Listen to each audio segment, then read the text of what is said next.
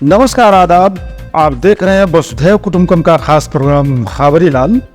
मैं हूं सुल्तान समद, भूतपूर्व IAS। आज मैं शेर खबरी लाल में आपकी खिदमत में हाजिर हूं। अब देखिए और सुनिए देश दुनिया की हंगामी खेज खबरें खबरी लाल से। आज खबरी लाल में सबसे पहले अहम खबरों की खास सुर्खियां।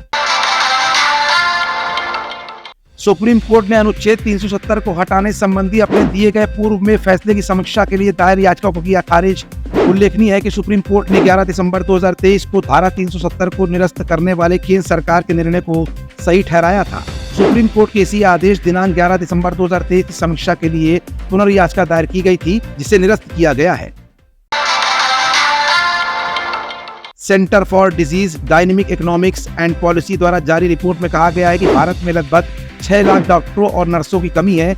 विश्व स्वास्थ्य संगठन के अनुसार 1000 जनसंख्या पर एक डॉक्टर होना चाहिए, जबकि भारत में लगभग 10,000 लोगों पर ही एक डॉक्टर नियुक्त। ईरानी दूतावास पहुंचे विदेश मंत्री S जयशंकर। ईरान के राष्ट्रपति इब्राहिम रईसी की मृत्यु पर जताया गहरा शोक। उपराष्ट्रपति जगदीप धनखड़ होंगे अंत्येष्टि में शामिल।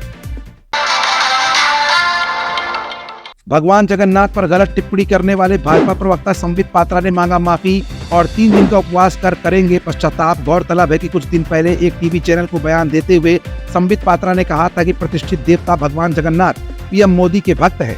संबित पात्रा की उपरोक्त टिप्पणी पर उड़ीसा के CM नवीन पटनायक ने गहरी नाराजगी व्यक्त करते हुए इस बयान की थी निंदा। हालांकि संबित पात्रा ने इसे स्लिप ऑफ टंग कहते हुए माफी मांग ली है।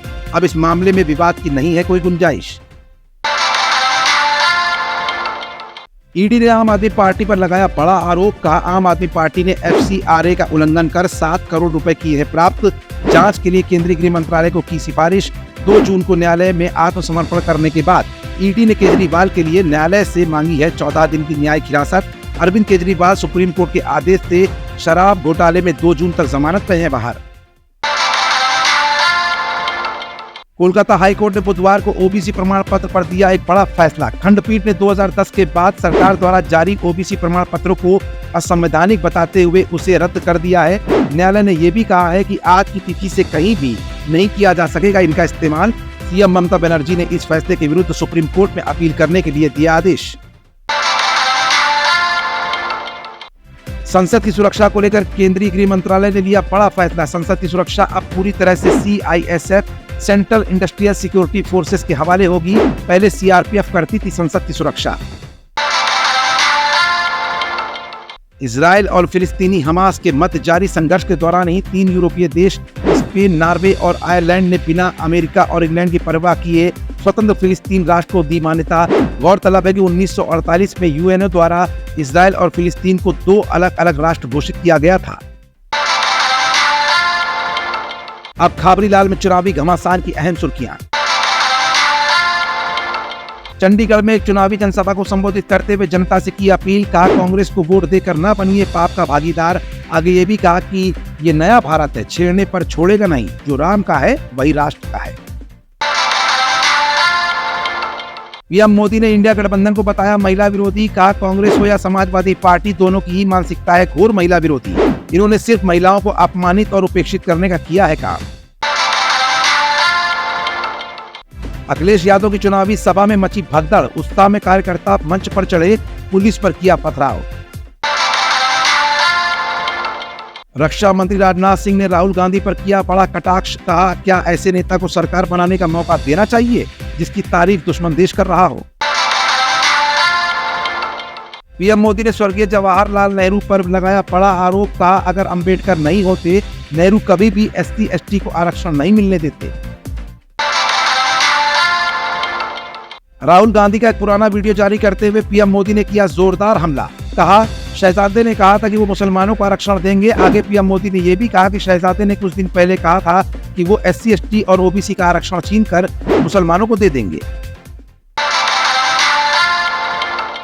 PM मोदी ने बंगाल में एक रैली को संबोधित करते हुए ममता बनर्जी पर लगाया बड़ा आरोप। कहा राज्य की CM वोट पाने के लिए मुस्लिम कट्टरपंथियों के दबाव में अब हमारे समाज के हिंदू साधु संतों को गालियां दे रही हैं। सपा अध्यक्ष अखिलेश यादव की सभाओं में अराजकता, अफरा तफरी और तोड़फोड़ जारी। अति उत्साह कहा जाए या गुंडागर्दी, अखिलेश यादव ने विपक्षी पार्टियों को जिम्मेदार मानते हुए लगाया बड़ा आरोप। कहा विपक्षी पार्टियां समाजवादी पार्टी की लोकप्रियता की वजह से उमड़ी भीड़ को देखकर बौखला गई हैं। हताश होकर सपा और इंडिया गठबंधन को बदनाम करने के लिए अपने कार्यकर्ताओं को लाल टोपी पहनाकर हमारी सभाओं में भेजकर अराजकता फैला रही है। फूलपुर में उमड़ी भीड़, बिना भाषण दिए लौटे राहुल और अखिलेश। पलटवार करते हुए केंद्रीय गृह मंत्री अमित शाह ने कहा गुंडों को सीधा कर देते हैं योगी जी, इसी कारण यूपी अपराध मुक्त हो गया है। पूर्व में यूपी में सिर्फ कट्टा ही बनता था, लेकिन अब यहाँ तोप बन रही है। आजमगढ़ में चुनावी जनसभा को संबोधित करते हुए रक्षा मंत्री राजनाथ सिंह ने विपक्षी पार्टियों पर लगाया बड़ा आरोप। कहा साइकिल की चैन उतर चुकी है और हाथी पस्त पड़ चुका है। जनता इस बार पीएम मोदी को 400 पार कराकर पीएम बनाने का मन बना चुकी है। दिल्ली के मुख्यमंत्री अरविंद केजरीवाल ने बीजेपी पर लगाया बड़ा आरोप। कहा पीएम मोदी को डर है कि भविष्य में आम आदमी पार्टी भाजपा के लिए बनेगी बड़ी चुनौती, इसीलिए मोदी ने आम आदमी पार्टी को खत्म करने के लिए चलाया है ऑपरेशन झाड़ू। इसी ऑपरेशन के तहत पार्टी के बड़े बड़े नेताओं को किया जा रहा है गिरफ्तार और पार्टी के बैंक खाते किए जा रहे हैं सीज। पीएम मोदी ने विपक्षी इंडिया गठबंधन पर किया बड़ा कटाक्ष। कहा गाय के दूध देने से पहले ही घी को लेकर हो रही है लड़ाई। उन्होंने ये भी कहा कि इंडिया गठबंधन अगले 5 सालों में 5 प्रधानमंत्री बदलने की कर रहा है तैयारी। राहुल गांधी ने पलटवार करते हुए कहा कि बीजेपी को देश का संविधान बदलने और आरक्षण खत्म करने का सपना छोड़ देना चाहिए, क्योंकि जनता उन्हें नहीं करने देगी इस तरह के सपनों को साकार। वहीं पूर्व कांग्रेस अध्यक्ष सोनिया गांधी ने जनता से मार्मिक अपील करते हुए कहा है कि ये चुनाव देश को टूटने और संविधान को बचाने का चुनाव है। संवैधानिक संस्थाओं और सार्वजनिक उपक्रमों को बचाने का चुनाव है। आपका एक एक वोट रोजगार को बढ़ाएगा, गरीबी, महंगाई और भ्रष्टाचार को खत्म करेगा, महिलाओं और राष्ट्र को मजबूत भी करेगा।